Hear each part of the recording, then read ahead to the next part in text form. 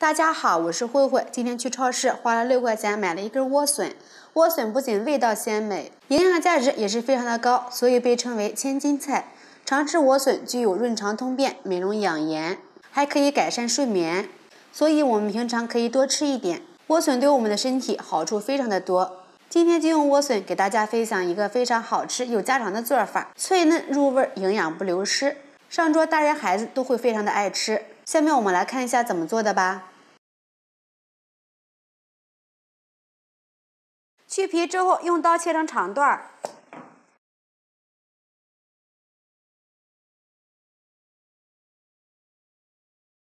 都切成小段之后，再切成片儿。这个片儿尽量的切的稍微厚一点就行。看一下，像这个厚度就可以了。再改刀切成长条，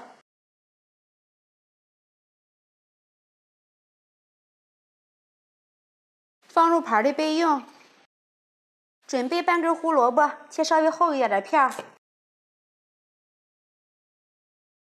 改刀切成长条，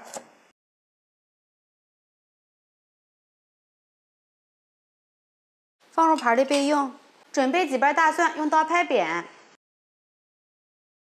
切成蒜末，再切一点姜末，再切一点葱花，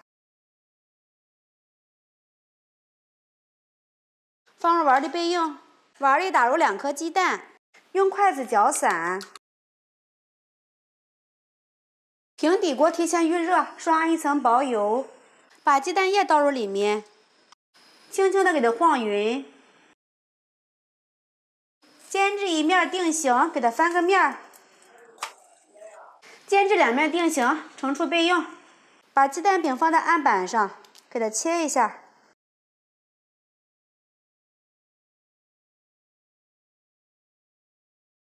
切成长条。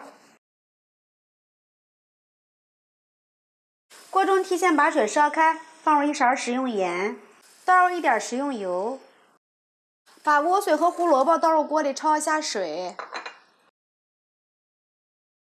焯水的时间不宜过长，大约1分钟就可以了。空水捞出，过一下凉水，这样吃起来更加的清脆。另起锅，倒入点食用油，放入葱姜蒜，炒出香味儿。炒出香味儿，放入莴笋、胡萝卜，开大火翻拌均匀。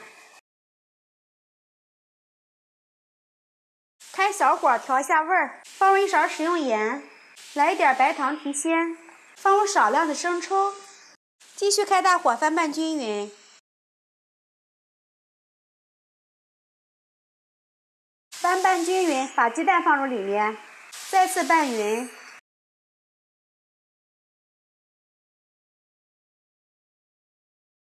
出锅前加一点小磨香油，增加亮度。